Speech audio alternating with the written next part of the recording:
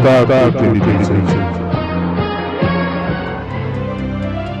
हो Lumbini community television.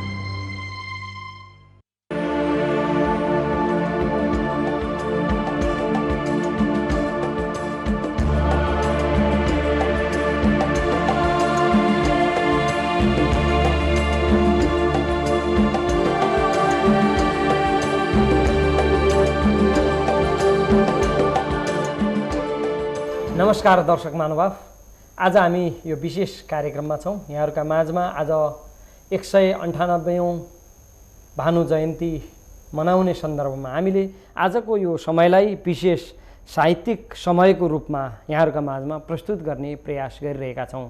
आज 198औं भानु जयन्ती, जो नेपाली साहित्यका आदिकवि भानुभक्त आचार्यको 198औं जन्म जयन्ती हामी आज देशभर विभिन्न कार्यक्रमका साथ मनायौँ।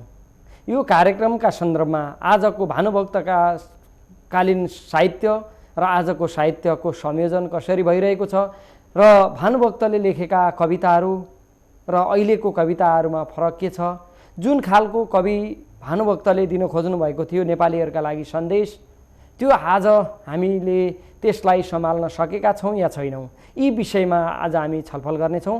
आउनुहोस् दर्शक महानुभाव, आज हामीसँग हुनुहुन्छ नेपाली साहित्यमा योगदान पुर्याउनुभएका डाक्टर मुरारी पराजुली हामीसँग हुनुहुन्छ।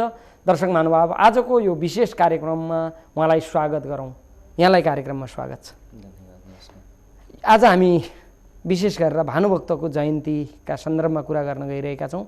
आज हामीले कस्ता कस्ता कार्यक्रम गरेर भानु जयन्ती मनायौँ? आज त खास गरी देशभरि मात्रै पनि होइन, देशभन्दा बाहिर पनि भानुभक्त आचार्यलाई चाहिँ सम्झिने नेपाली जातिहरूको चाहिँ परम्परा प्रचलन रहिआएको छ।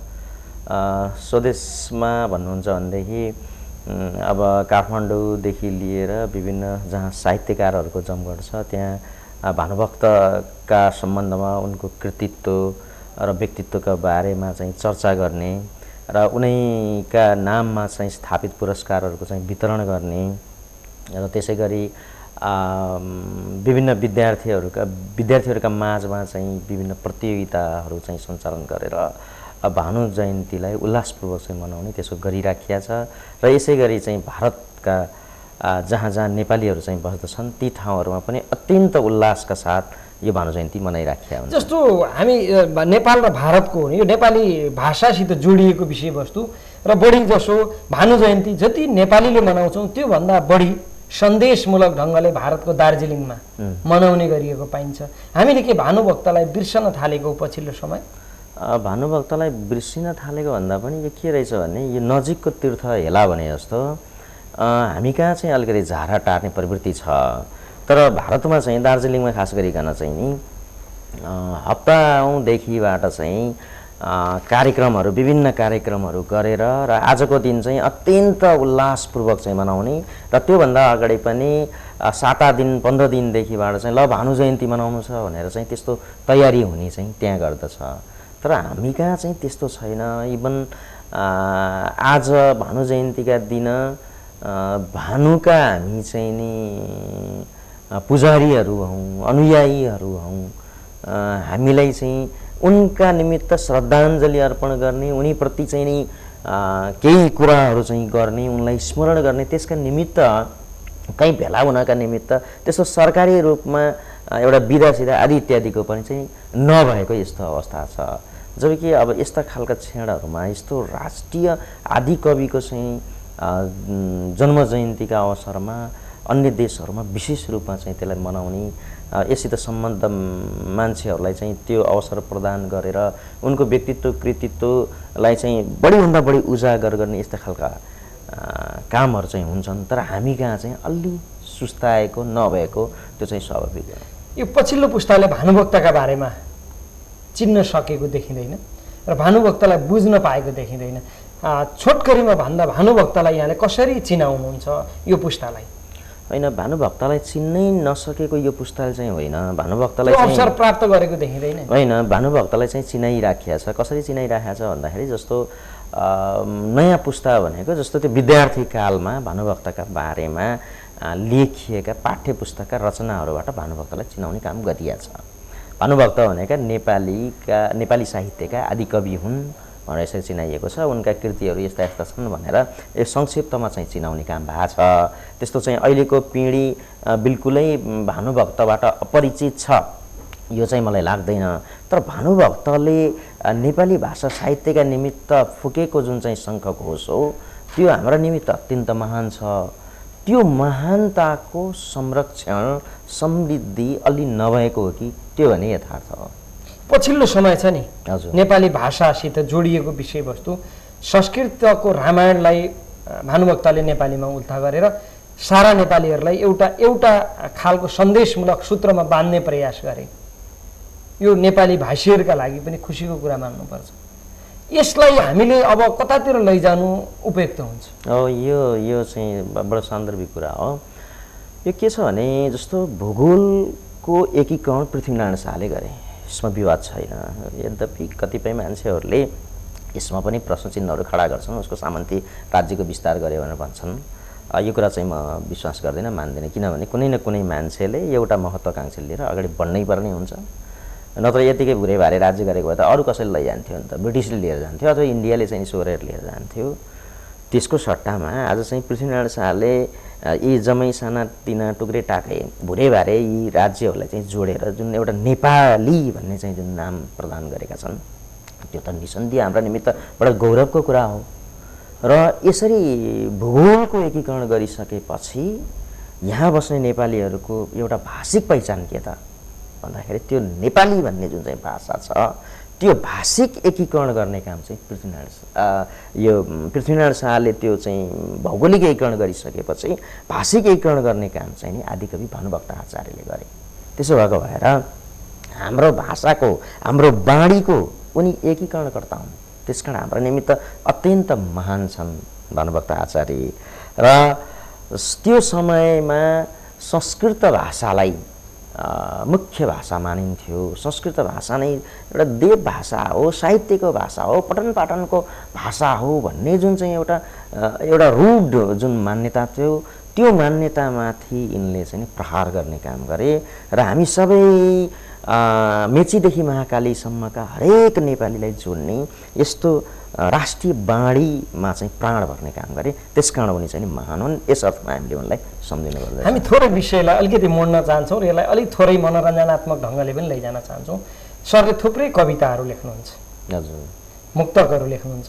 सरलाई यो सन्दर्भमा आज भानु जयन्तीको सन्दर्भमा एउटा हाम्रा दर्शक महानुभावहरूलाई त्यस्तो खालको कविता या मुक्तक सुनाउनु पर्दा सरले के दिनुहुन्छ? मैले मेरा मुक्तकहरूको प्रस्तुति गर्नुभन्दा पनि उपयुक्त म के ठान्दछु भने भानुभक्तले नै लेखेका मुक्तकहरू, भानुभक्तकै रचना मैले चाहिँ यहाँ वाचन गरिदिएँ भने त्यो उपयुक्त होला। जस्तो भानुभक्त घुम्दै हिँडे। भानुभक्तमा के थियो भने एउटा तात्क्षणिक प्रभाव र त्यो आँसु कवित्व उनमा थियो।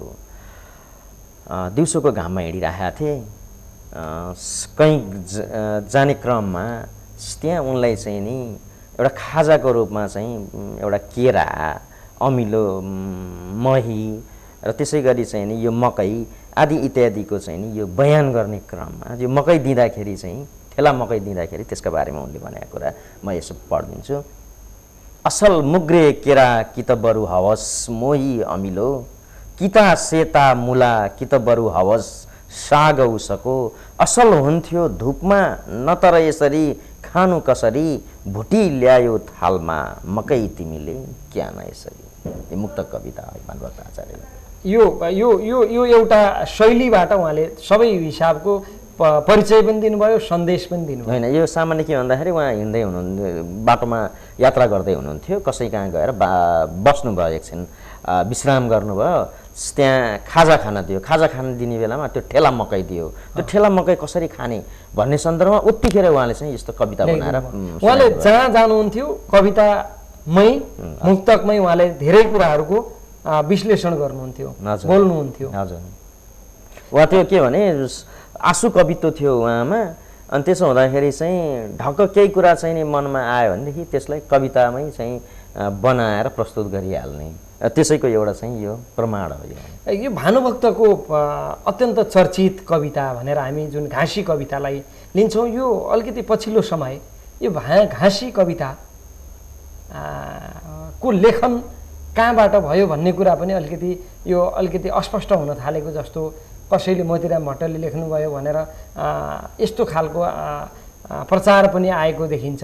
सर के भन्नुहुन्छ यस सन्दर्भमा? यसलाई हामीले कसरी लिनुपर्छ भने भानुभक्तलाई चिनाउने काम चाहिँ मोतीराम भट्टले गरे।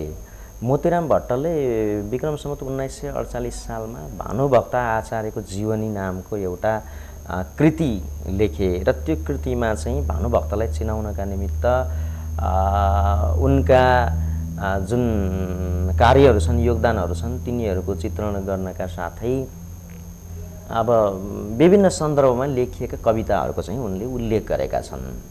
र यो गर्ने क्रममा हुनसक्छ एउटा सम्पादक हुनु नि सम्पादकले केही तलमाथि चाहिँ नि गरिदिन सक्छ। त्यो घाँसी र भानुभक्तका बीचमा भेट हुँदै नभएको, भानुभक्त र घाँसीका बीचको चाहिँ जुन एउटा प्रेरक काम जुन भएको छ त्यो घटना हुँदै नभएको भन्ने चाहिँ होइन, त्यो घटना चाहिँ पक्कै भएको। तर अब त्यसलाई प्रस्तुत गर्ने क्रममा अब त्यसमा लेखिएका रचनाहरूमा तलमाथि चाहिँ केही भयो होला, यो हुँदै नभए होला चाहिँ भनेर भन्न सकिँदैन।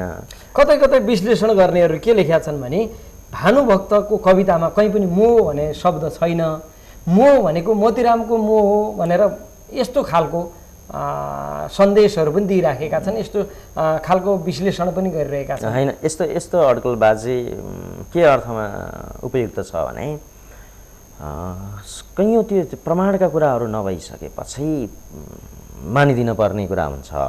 जस्तो भानुभक्तकै मैले पनि पढ्ने सन्दर्भमा के भेटिरहेको छु भने एउटा श्रीमतीलाई लेखेको एउटा प्रेमपरक चाहिँ एउटा कविता छ, यो मुक्तक शैलीमा छ। यो भानुभक्त आचार्यका हस्तलिखित कविताहरू पनि हामीसँग छन्। हजुर, अब यहाँ चाहिँ हामीसँग हजुर अब जस्तो यो बिन्ती एक म गर्दछु सुन प्रिय, प्रीति निरन्तर रहोस्, ताहाँको मनपिञ्जरा मुनिया, यही चाल सदा काल रहोस् भन्ने यो चाहिँ जुन कवितांश छ, अझ भनौँ एउटा मुक्तक छ। यो कता कता भानुभक्तका अन्य कविताहरूको शैली र यही कविताको शैली हेर्दा अलि भिन्न देखिन्छ। र यसमा पनि कैयौँ यो द्रष्टाहरूले चाहिँ नि यो भानुभक्तको होइन कि यो मोतीरामले लेख्दे कि भन्ने यस्ता चाहिँ आशंका गरिरहेका छन्। तर यो भानुभक्तले लेखेकै होइन, मोतीरामले लेखिदिएका हुन् भन्ने त्यस्तो हामीसँग ठोस त्यस्तो प्रमाण भने हामीसँग छैन। एउटा अनुमान हो, यो केही आधारहरू लिएर भन्नेका कुरा हुन्, त्यो हुँदै होइन चाहिँ हामी भन्न सक्दैनौँ। यो अब हामी थोरै पछिल्लो पुस्तातर्फ जाँदैछौँ। नेपाली साहित्यले कुन बाटो लिँदैछ? कविताहरू कसरी आउँदैछन्? नेपाली साहित्यले अहिले यो विश्वको जुन साहित्यिक ट्रेन्ड छ, साहित्यको जुन चाहिँ गति छ, त्यसलाई पक्रिरहेको छ, अगाडि बढिरहेको छ। स्वभावतः हाम्रो भाषामा साहित्य लेखनको चाहिँ जुन परम्परा हो त्यो त्यति लामो त छैन। तर यो पछिल्लो यो प्रजातन्त्र कालमा चाहिँ आइसकेपछि हाम्रा विद्वानहरू, लेखकहरू, साहित्यकारहरू अन्तर्राष्ट्रिय साहित्यको राम्रोसँग अध्ययन गर्न लागिरहेका छन्, त्यसको मर्मलाई चाहिँ आत्मसात गरिरहेका छन्। र लेखाइमा पनि देखिन्छ संसारको साहित्यको जुन चाहिँ गति छ, जुन उचाइ छ, त्यो खालको उचाइलाई भेट्ने खालका कतिपय रचनाहरू हामी कहाँ चाहिँ नलेखिएका होइन, लेखिएका छन्। र अब हाम्रो साहित्य कहाँ गइरहेको छ, कतातिर लागिरहेको छ भन्ने सन्दर्भमा अब त एक हिसाबले संसार एउटा ग्लोबलाइजेसन भइरहेको अवस्था छ। यो नेपाल भनेर छुट्याउने अथवा नेपाली साहित्य भनेको केवल मेची र महाकालीको बीचमा मात्र लेखिएको साहित्य होइन। आज नेपाली साहित्य अमेरिकामा पनि बसेर लेखिएको छ, डायस्पोरिक साहित्य भनेर भनिन्छ। भारतमा चाहिँ त धेरै पहिलेदेखिबाट लेखिन्थ्यो। जस्तो नेपाली साहित्यको हामीले चाहिँ नि एउटा लामो अध्ययन गर्दै आइरहेका छौँ। यस क्रममा भारतलाई हामीले छुटाउनै हुँदैन, किनभने त्यहाँ नेपाली भाषा साहित्यको ठुलो विकास भएको छ। र नेपाली भाषा साहित्यको विकासमा भारतमा बसेर लेख्ने नेपाली मूलका भारतीय लेखकहरूले हाम्रो साहित्यमा विभिन्न मोड उपमोडहरू चाहिँ कायम गरिदिइरहेका छन्। त्यसो हुँदाखेरि यो बचाइराखेका छन् उनी, बचाइराखेका र नयाँ ढङ्गले अगाडि बढाउन पनि सहयोग छन्। त्यो नेपाली जातिहरू हुन्, तिनीहरू नेपाली भाषीहरू हुन्, उनीहरू जहाँ बसे पनि यो भाषाको विकासका निमित्त, यो भाषामा लेखिने साहित्यको उत्थानका निमित्त निरन्तर क्रियाशील छन्। त्यसकारण हाम्रो साहित्य अब वर्ल्ड वाइड रूपमा गइरहेको छ, झन् विश्वव्यापी हुँदै गइरहेको छ। त्यसकारण म त भन्दछु पहिलेभन्दा हाम्रो भाषा, हाम्रो साहित्य झन् झन् विस्तारित हुँदैछ र संसारको विश्वको चाहिँ साहित्यसँग एउटा कम्पिटिटिभली चाहिँ त्यससँग चाहिँ नि जुझ्ने हिसाबले अगाडि बढिरहेको छ। त्यसमा विवाद छ। आजको सन्दर्भमा डाक्टर साहबले यो नेपाली साहित्यका अनुयायीहरू अनुरागीहरूलाई एउटा मुक्तक दिनुपर्दा, एउटा कविता दिनुपर्दा कुनलाई, आफूले लेखेको कवितालाई, मुक्तकलाई कुनलाई प्राथमिकता दिनुहुन्छ? मैले भन्नु पर्यो मेरो आफ्नै कविता आफ्नै। अब यो मुक्तक चाहिँ को बारेमा त अलि लामो बसेर चाहिँ छलफल गर्नुपर्ने हुन्छ। सामान्यतया हामी कहाँ चाहिँ यो रुबाई शैलीको मुक्तकलाई मात्रै मुक्तक भन्ने प्रवृत्ति छ। मैले पनि केही मुक्तकहरू लेखेको छु। म खासमा चाहिँ आफूलाई मुक्तकार भनेर भन्दिनँ, म मुक्तकको विद्यार्थी हुँ। मैले लेखेका मुक्तकहरूको चाहिँ नि प्रस्तुति गर्नु पर्यो भने म अक्सर चाहिँ यो एउटा विकास भन्ने शीर्षकमा लेखेको एउटा मुक्तक छ। यो गद्य शैलीमा छ, फेरि यो रुबाई शैलीमा चाहिँ छैन। यो कविता सुरु गर्छु। मान्छे विकसित भएर सहर पसिरहेछ, मान्छे विकसित भएर सहर पसिरहेछ। माफ गर्नुहोस्, बाँदर विकसित भएर सहर पसिरहेछ, त्यही बाँदर त हो मान्छे, मान्छेबाट पनि विकसित भएर बिस्तारै जङ्गल पसिरहेछ। सबै कुरो सरले यसैमा समेट दिनुभयो। बाँदर विकसित भएर सहर पसिरहेछ, त्यही बाँदर त हो मान्छे, बाँदर त हो मान्छे, मान्छेबाट पनि विकसित भएर बिस्तारै जङ्गल पसिरहेछ। यो चक्र हो। हजुर, नेपाली कविताले दिन खोजेको सन्देश र नेपाली साहित्यकारहरूले यसरी नै यो सन्देश दिइरहने हो भने मान्छे सचेत हुन्थ्यो कि अहिलेको शिक्षित वर्ग भनेकाहरू? होइन, साहित्यकार भनेकै स्वप्नद्रष्टा हो। हरेक साहित्यकारले जुगलाई र यो हाम्रो देशलाई, काललाई सँगसँगै अगाडि चाहिँ बढाएर लिएर गइरहेको हुन्छ। लेखकहरूले पहिल्यै देखेको सपनालाई चाहिँ पछि यो भौतिक चिजले, देशले चाहिँ देख्दै जाने हो, त्यसलाई पछ्याउँदै जाने हो। जस्तो नयाँ नेपाल भनेर लाग्यो नि हामी 62-63 को आन्दोलनमा नयाँ नेपाल बनाउने भन्दै मुरारी पराजुलीले 62-63 को आन्दोलनमा एउटा उत्साह प्रदान गर्यो। हजुर, त्यो आज पनि सान्दर्भिक छ। त्यो कविता जुन प्रस्तुति यहाँको थियो त्यसले बुटोलको एउटा चोकलाई उचालेको थियो। आज हामी थोरै त्यसलाई प्रस्तुति गर्न सक्छौँ। अहिले चाहिँ त मैले त्यो कविता म अलि यो याद गरेर चाहिँ सुनाउने मेरो बानी छैन र मैले चाहिँ त्यस्तो कविता पनि बोकेर आएको चाहिँ छैन। र मैले चाहिँ यहीँनिर के थप्दिउँ भने वास्तवमा यो लेखकहरू स्वप्नद्रष्टा हुन्छन् भन्ने कुरालाई मैले पुष्टि गर्न खोजिरहेको छु।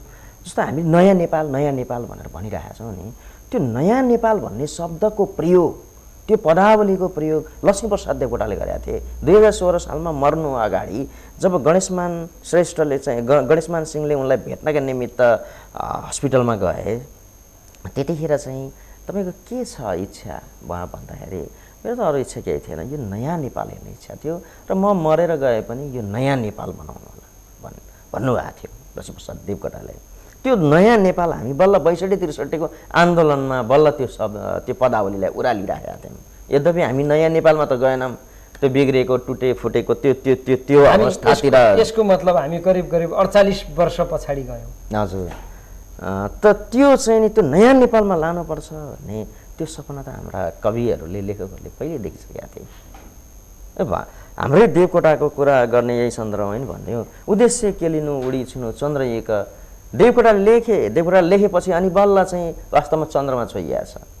रसियाको चाहिँ त्यो उसले रकेटले त्यसपछि बल्ल चाहिँ नि चन्द्रमा छोएको छ। भनेपछि लेखकहरू धेरै पहिले सोच्छन्। यो त स्वाभाविक हो। समाजलाई अगाडि लिएर जाने त्यसको स्वप्न लेखकहरूले देखिरहेका हुन्छन् भानुभक्तले पनि देखे, मोतीरामले पनि देखे, देवकोटाले देखे, अहिलेका लेखकहरूले पनि देखिरहेका छन्। हामीले जुन भनिरहेछौँ नि भानुभक्तले लेखेको कविता घाँसी दरिद्र घरको तर बुद्धि कस्तो, म भानुभक्त भइकन पनि किन आज धनी भइकन पनि आज यस्तो। हजुर, यो सन्दर्भमा नेपालीहरू, नेपाली साहित्यकारहरू, नेपाली समाजले त्यो भानुभक्तको गतिलाई अँगाल्न सकेको देखिन्छ। यसलाई यसरी लिनुपर्ने हुन्छ, भानुभक्तले लेखेका सबै कुरा चाहिँ सबै ठिक थिए भन्ने चाहिँ होइन। भानुभक्तले लेखेको यही कविताको सन्दर्भमा तपाईँले अहिले जुन उठाउनु भयो, मान्छे समाजसेवी हुनुपर्छ, समाजका लागि के गर्नुपर्छ, अलि निस्वार्थ भावले अगाडि जानुपर्छ भन्ने सन्दर्भमा भानुभक्तले उठाएको यो प्रसङ्ग बडो प्रेरक छ। र मान्छे अरूका निमित्त केही गरेर बाँच्नुपर्छ भन्ने सन्दर्भलाई उनले त्यही घाँसीको प्रेरणाबाट लागेर पछि नेपाली बाणीमा यो जुन चाहिँ प्राण भरे त्यसले उनलाई अमर तुल्याइराखेको छ। वास्तवमा त्यो कुरालाई चाहिँ हामी सबैले वर्णन गर्न जरुरी छ। र भानुभक्तले भनेका सबै कुरा, लेखेका कुरा सबै फेरि 100% ठिकै छन् भनेर पनि भन्नु हुँदैन, हामी विभिन्न कोणबाट हेर्नुपर्ने हुन्छ। भानुभक्तले कतिपय यस्ता कविताहरू पनि लेखे जो अहिले नारीवादी कोणबाट हेर्दाखेरि हामी कुटै खाइन्छ, त्यो कविता पाठ गर्न हुँदैन। जस्तो महिलाहरूलाई डोमिनेट गर्ने खालका, महिलाहरूलाई अलिकति स्थल पार्ने खालका त्यस्ता रचनाहरू पनि उनबाट, जुन खालको सामाजिक परिवेशमा उनी थिए, हजुर, त्यो सामाजिक परिवेश घट्दै गयो तर कविताहरू त्यो इतिहास बनेर रहे। हजुर, आज पनि हाम्रो अगाडि छन्, त्यसले गर्दा हामीलाई समस्या परेको हो, हामी त्यसरी भन्न सक्छौँ। होइन, यो यस्तो छ, यो हाँस्नु छैन कदापि नारीहरूले, बेश्या हुने हाँस्दछन्। यो मान्छेले हाँस्न पाउनुपर्छ भन्ने कुरा त अब त्यतिखेरको समाज होस् अथवा यतिखेरको समाज होस्, जुनसुकै समाजमा मान्छेले निर्बाध रूपमा चाहिँ हाँस्न पाउनुपर्छ। त्यसो हुँदाखेरि यसमा सामन्ती चिन्तन छ, तर यो सामन्ती चिन्तन उनीबाट निश्रित भन्दा पनि तत्कालीन समाजले चाहिँ नि देखाएको त्यो पथ प्रदर्शनको चाहिँ त्यो प्रभाव हो। तर एउटा स्रष्टा आफैमा एउटा द्रष्टा पनि हो, एउटा विवेकी चरित्र पनि हो। त्यसकारण यो हाँस्नुहरू चाहिँ बेस्या हुन् भन्ने कुरा यो हदसम्म चाहिँ उनी नजान भन्थे। यो उनी त्यो जमानाले गर्दाखेरि उनले यसो लेखे भनेर भन्दाखेरि हो, तत्कालीन समाज अत्यन्त सामन्ती समाज थियो। तर एउटा चिन्तन गर्न सकिन्छ कि मान्छे जुनसुकै जुगको मान्छे किन नहोस् हाँस्न त पाउनु पऱ्यो नि त यो सामान्य चाहिँ नि कन्सेप्ट चाहिँ उनी अलि चाहिँ नि सचेत भएको भए बुझ्न सक्दथे, तर उनले चाहिँ यसकोलाई चाहिँ ध्यान दिएनन्। र आज भानुभक्तको हामीले चाहिँ गुणगान गाउने सन्दर्भमा यी जुन चाहिँ त्रुटिका पक्षहरू छन् यिनलाई चाहिँ नि हामीले पछाडि पार्नुपर्छ र नेपाली बाणीमा उनले पुर्याएको जुन चाहिँ योगदान हो त्यसको त्यो उचाइलाई चाहिँ हामीले उठाइरहनुपर्छ, त्यो उचाइको झन्डालाई चाहिँ हामीले माथि ल्याइराख्नुपर्छ। हामी भानुभक्तको सम्झना गरिरहेका छौँ, तर उनको इतिहास मेटिने प्रयासमा छ। त्यो जिउँदो इतिहास, उनको घर रम्घा, तनहुँको रम्घाको घर जीर्ण अवस्थामा छ। डाक्टर साहब के भन्नुहुन्छ? यो त हाम्रो विडम्बना हो। हाम्रो देशले भाषा साहित्यमा लागेका साहित्यकार, कलाकार यी कसैको पनि संरक्षण गर्न सकेको छैन। यिनीहरूको योगदानको कुनै पनि मूल्याङ्कन गरेको छैन। यिनीहरूलाई बाँच्नका निमित्त राज्यले दिनुपर्ने एउटा वृत्तिको कुनै पनि चाहिँ विकास भएको छैन। लेखकहरू धन्न लेखिरहेका छन्, खाइ नखाइ गरेर छोराछोरीको चाहिँ नि फिस चोरेर हुन्छ कि स्वास्नीको हाँसो गुन्नियो चाहिँ खोसेर हुन्छ कि त्यो पैसा चाहिँ लिएर गएर किताबहरू छापेका छन् र हात चाहिँ बाँडेका छन्। त्यसबाट चाहिँ नि एउटा रिटर्न पनि चाहिँ केही आइरहेको छैन। धन्न लेखकहरू चाहिँ आफै लागिराखेर वास्तवमा चाहिँ नि बचाइराखेको नेपाली साहित्यलाई राज्यले त हामीसँग हाम्रो निमित्त केही पनि गरेको छैन। त्यसकारण भानुभक्तले दिएको साहित्यको संरक्षण मात्रै होइन, भानुभक्तको त्यो चाहिँ मतलब एउटा स्मारक स्थल हो नि, त्यसको जुन संरक्षण गर्नुपर्ने हो त्यो ठाउँमा मात्रै ध्यान नदिएको होइन कि कतै पनि ध्यान दिएको छैन। जबकि हामी चाहिँ यही कुरा पढ्नमा चाहिँ म सुन्छु सेक्सपियर जन्मिएको ठाउँमा अथवा यसै गरी विश्वका ठुला ठुला जो चाहिँ लेखकहरू छन् ती लेखकहरूको जन्मेको ठाउँमा त्यहाँको राज्यले त्यसलाई चाहिँ एउटा स्मारक स्थलको रूपमा एउटा म्युजियमको रूपमा चाहिँ डेभलप गरेर त्यसलाई जोगाएर राखिरहेको छ। तर हाम्रोमा त त्यही हो, अब भत्किरहेको छ, टुटिरहेछ। अब देवकोटाकै चाहिँ नि घर चाहिँ नि बेहाल अवस्थामा पुगिरहेको छ। यसको संरक्षण चाहिँ राज्यबाट भइरहेछ। डाक्टर मोरारजी पराजुलीले नेपाली साहित्य मुक्तकका प्रवृत्तिहरूमा विद्यावारिधि गर्नुभयो। यो प्रवृत्तिहरूको खोजी कहाँबाट सुरु गर्नुभयो? यो चाहिँ म कविता लेख्न रौस राख्ने मान्छे हुँ, कविता पढ्ने, कविताको विद्यार्थी पनि हुँ। र कविता लेख्ने क्रममा मैले आफूभन्दा अग्रजहरूका कविताहरू मध्येको त्यो सानो पुन्टे कविता, मुक्तक कविता सुन्दाखेरि त्यसबाट म एकदमै एक खालको त्यसको चाहिँ त्यो उत्तेजना त्यसले प्रदान गर्दथ्यो। त्यसको त्यो प्रभावकारिताबाट म चाहिँ अत्यन्त व्यग्र हुन्थेँ। अनि त्यसले गर्दाखेरि मलाई पनि लेखुँ लाग्थ्यो। मैले लेख्थेँ, तर मैले लेखेर म आफै सन्तुष्ट हुन सक्दैनथेँ। किनभने त्यो मुक्तक भनेको यति मतलब च्यालेन्जिङ कविता हो। एउटा छोटो कविता भनेर भनौँ, फुटकर कविता लेख्दाखेरि जति फैलिकन प्रहार गर्न चाहिँ नि अडेस लागि चाहिँ प्रहार गर्न सकिन्छ, त्यो मुक्तकमा एकैचोटि प्रहार गर्नुपर्ने हुन्छ। त्यो च्यालेन्जिङ चाहिँ वास्तवमा मेरो हातमा त्यो सिद्धता रहेनछ, मैले सकिनँ। अनि त्यसपछि मुक्तक भनेको के हो भन्ने बारेमा पनि विभिन्न ठाउँहरूमा ती कार्यक्रमहरूमा भाग लिँदाखेरि चाहिँ मैले सुनेँ, तर कसैको कुराहरूबाट मलाई चित्त बुझेन। अनि मुक्तका बारेमा लेखिएका त्यस्ता सामग्रीहरू के छन् त भनेर त्यो मैले पढ्ने क्रममा चाहिँ मैले प्रोफेसर डाक्टर वासुदेव त्रिपाठीको चाहिँ एउटा लेख पढेँ। तर त्यो लेख चाहिँ सजिलै 2-4 बसाइमै चाहिँ टक्कै बुझिहालिने खालको थिएन। अनि तर चाहिँ त्यसले मलाई चाहिँ केही अगाडि चाहिँ बढ्न चाहिँ मार्गनिर्देश पक्कै पनि गर्यो। र यो मुक्तकमा अहिलेसम्म पनि कसैले विद्यावारिधि पनि नगरेको, अनि यसको बारेमा पनि खासै खोजी पनि नभएको, तर चाहिँ एकदमै प्रभावकारी रहेको र यो मुक्तक कति चाहिँ शक्तिशाली चाहिँ नि विधा रहेछ भने, कविताभित्रको एउटा आयाम रहेछ भने तपाईँ कतिको ख्याल गर्नुभयो? 62-63 को आन्दोलन भनेको वास्तवमा मुक्तकले हाँकेको आन्दोलन थियो। त्यो नेताहरूका भाषणप्रति मान्छेको खासै चाहिँ नि त्यो थिएन, त्यो एउटा चेष्टा थिएन। र तर त्यसलाई चाहिँ जोगाउन साहित्यकारहरूले जुन गीत गाउँथे त्यसमा झुम्मिन्थे आन्दोलनकारीहरू। र त्यहाँ चाहिँ नि के हुन्थ्यो भने प्रत्येक त्यो भाषणमा त्यो चोकमा चाहिँ जम्मा भएको भिडमा चाहिँ नि मुक्तकले चाहिँ डोराइरहेको हुन्थ्यो, मुक्तकले मान्छेहरूलाई उत्तेजित गरिरहेको हुन्थ्यो, प्रभावित गरिरहेको हुन्थ्यो र दिशानिर्देश गरिरहेको हुन्थ्यो, यतातिर जाऊ उतातिर जाऊ भनेर अराइरहेको हुन्थ्यो। राजनीति आफ्नो ठाउँमा थियो, तर त्यसलाई चाहिँ नि एक अर्थमा चाहिँ नेतृत्व प्रदान गर्ने काम मुक्तकले गरेको थियो। त्यसकारण त्यस्तो प्रभावकारी विधा हो यो। यसको चाहिँ खोजी भएको छैन।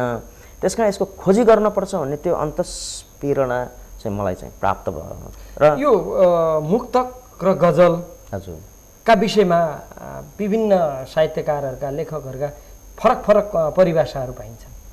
हजुर, किन होला? होइन, गजल र मुक्तक भनेको त फरक विधै फरक मुक्तकमा पनि यो शैली यो मुक्तक, यो शैली यो मुक्तक यसरी आउँछ। यो साहित्यको एउटा विधा, गजल पनि एउटा विधा हो। त्यसमा पनि विभिन्न ढङ्गले लेखिएको हुन्छ गजल लेख्दाखेरि पनि। अनि यसलाई यो गजल हो भनेर अलिकति फरक ढङ्गले व्याख्या गरिएको पाइन्छ। यो किन होला त्यस्तो? होइन, यो त यस्तो अब यो विचारका कुराहरू हुन् है। एउटा कुनै पनि वस्तु आइसकेपछि त्यो वस्तुलाई परिभाषित गर्ने कुरामा मान्छेका आफ्ना हेर्ने एङ्गलहरू हुन्छन्, आफ्ना खालका कोण हुन्छन्। यही किताबलाई यतातिरबाट हेर्दा एउटा ढङ्गबाट देखिन्छ, यताबाट हेर्दा अर्कै ढङ्ग, यताबाट हेर्दा अर्कै ढङ्गबाट देखिन्छ। त्यसकारण त्यो मुक्तक भन्नुहोस् या गजल भन्नुहोस् या कविता केही भन्नुहोस् अथवा उपन्यासै भन्नुहोस्, त्यो हेर्ने आफ्ना खालका दृष्टिकोणहरू हुन्, आफ्ना खालका कोणहरू हुन्। त्यसकारण व्यक्तिले जे देख्छ त्यही कुरा चाहिँ व्यक्त गर्ने हो। तर त्यसभित्र पनि एउटा सार्वभौमिक अर्थ, सार्वभौमिक परिचय लुकेको हुन्छ। जस्तो मुक्तकै बारेमा भन्दाखेरि मुक्तक भनेको एउटा लघुत्तम काँटको अत्यन्त हृदयस्पर्शी प्रभावकारी कविता रचना हो। यो चाहिँ के हुन्छ? सार्वभौमिक परिचय हुन्छ। अब यसपछि यसका पखेटाहरू जोड्ने, पुच्छरहरू जोड्ने, सिङहरू जोड्ने, यी चाहिँ कोणबाट सिङतिरबाट हेर्ने मान्छे सिङ जोडेर भन्छ, अलि पछाडिबाट हेर्ने मान्छेले पुच्छर जोडेर हेर्छ, अलि चाहिँ नि बीचबाट हेऱ्यो भनेदेखि पखेटा जोडेर हेर्छ, यो त आफ्ना आफ्ना हेराइका विशेषताहरू। अब हामी कार्यक्रमको अन्त्यमा छौँ। हाम्रा दर्शक महानुभावहरूलाई आजको कविता, आजको दिनको सन्दर्भमा भन्नुपर्दा यहाँले कसरी भन्नुहुन्छ, कसरी सन्देश दिनुहुन्छ? नेपाली कविता दिनानुदिन प्रगतितिर शिखर आरोहणोन्मुख छ। नेपाली कविता त्यस्तो अस्ताएर बसेको छैन, दुब्लाएर बसेको छैन, गतिहीन भएर बसेको छैन।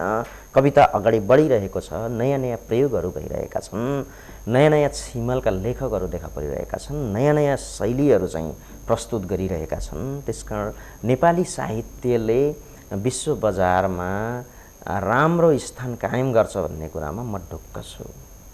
र यसमा लागेका जो सर्जकहरू हुनुहुन्छ उहाँहरू पनि बडो इमान्दारितापूर्वक यसमा निरन्तर लागिरहनुहोस् र लागिरहने क्रममा लेख्नु अगाडि जगतलाई बुझ्नु जरुरी छ। त्यसकारण अध्ययनलाई बढाउनुहोस्। अध्ययन भनेको खुराक हो। जस्तो खुराक नपुगिकन कुनै पनि एउटा रेस्लरले, एउटा कुस्तीबाजले आफ्नो क्षमतालाई अगाडि प्रदर्शन गर्न सक्दैन। त्यस्तै गरेर एउटा स्रष्टाले पनि आफूलाई असल स्रष्टा हौँ अथवा उत्कृष्ट स्रष्टा हौँ भन्नका निमित्त ठुलो अध्ययन गरेको हुनुपर्छ र त्यो अध्ययनले चाहिँ उसलाई पोसिलो बलियो बनाउँछ र त्यसपछि रह्यो अब आफ्नो जुन विशिष्टता देखाउने हो त्यसका निमित्त एउटा खास बाटोलाई चाहिँ पक्रेर जानुपर्छ र त्यो बाटोमा जानका लागि निरन्तर लागिराख्नुपर्छ। यति गरेर सफलता लेख्नु भएको छ, सिर्जनादेखि तानाशाह डराउँछ। हजुर, मान्छेको सौन्दर्यभित्र सिर्जना लहराउँछ, परन्तु सिर्जनादेखि तानाशाह डराउँछ। वास्तवमा सरले यसभन्दा अगाडि पनि यो जनआन्दोलनको बेलामा पनि यो कतै त्यो खालको एउटा खालको संयोग हो होइन। यो त यो यहाँको मात्रै होइन, यो सारा संसारको कुरा हो। तपाईँ फ्रेन्च रेभोल्युसन भोल्टेयरहरूले चाहिँ नि अगाडि सारे, गोर्खेहरूले रसियन क्रान्तिलाई सफलताको चाहिँ नि त्यो चोटीमा पुर्याइदिए।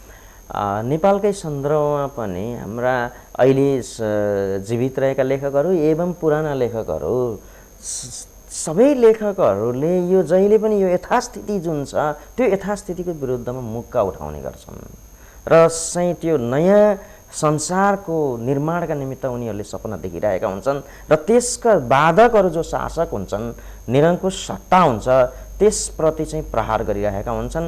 हामीले पनि लड्दै आएका हरेक जुन चाहिँ आन्दोलनहरू छन् ती आन्दोलनलाई एउटा भाषिक साहित्यिक हिसाबले नेतृत्व गर्ने काम साहित्यकारहरूले गरिरहेका छन् र त्यो यति मतलब खतरनाक हुन्छ त्यो तानाशाहहरूका निमित्त। स्वाभाविक रूपमा तिनीहरू डराउँछन्, तिनीहरू काँप्छन् र मराउँछन्, मार्छन्। सुब्बा कृष्णलाल अधिकारीदेखि लिएर तपाईँको यो पछिल्लो समयमा हाम्रो एकजना यो माओवादी आन्दोलनमा चाहिँ लड्ने कृष्णसेन इच्छुक त्यहाँसम्मका चाहिँ लेखकहरू मारिएका छन्। यो चाहिँ त स्वाभाविक हो। त्यो तानाशाह नडराएको भए मार्दैन थियो, त्यो डराएकै भएर मारेको, स्वाभाविक। हामीलाई समय दिनुभयो, यहाँलाई धन्यवाद। धन्यवाद, यहाँले पनि मलाई बोल्ने मौका दिनुभयो। दर्शक महानुभाव, हामी आज भानु जयन्तीका सन्दर्भमा कुरा गऱ्यौँ। यो छोटो समय दिनुभएकोमा डाक्टर मुरारी पराजुलीलाई धन्यवाद। र हामी यो भानुभक्तलाई सम्झिरहँदा, भानुभक्तको जन्म जयन्ती मनाइरहँदा हामी नेपाली साहित्य र नेपाली समाजलाई दिन खोजेको सन्देशबाट हामी पछि नहटौँ। नेपाली साहित्यले जुन बाटो देखाउन खोजेको छ त्यसलाई हामी अगाल्दै जाने हो भने नेपाली समाज सुसभ्य समाजको रूपमा विकास हुन सक्छ भन्ने भनाइ राख्दै म यहाँहरूका माझबाट आजको कार्यक्रमबाट बिदा हुन्छु। नमस्कार।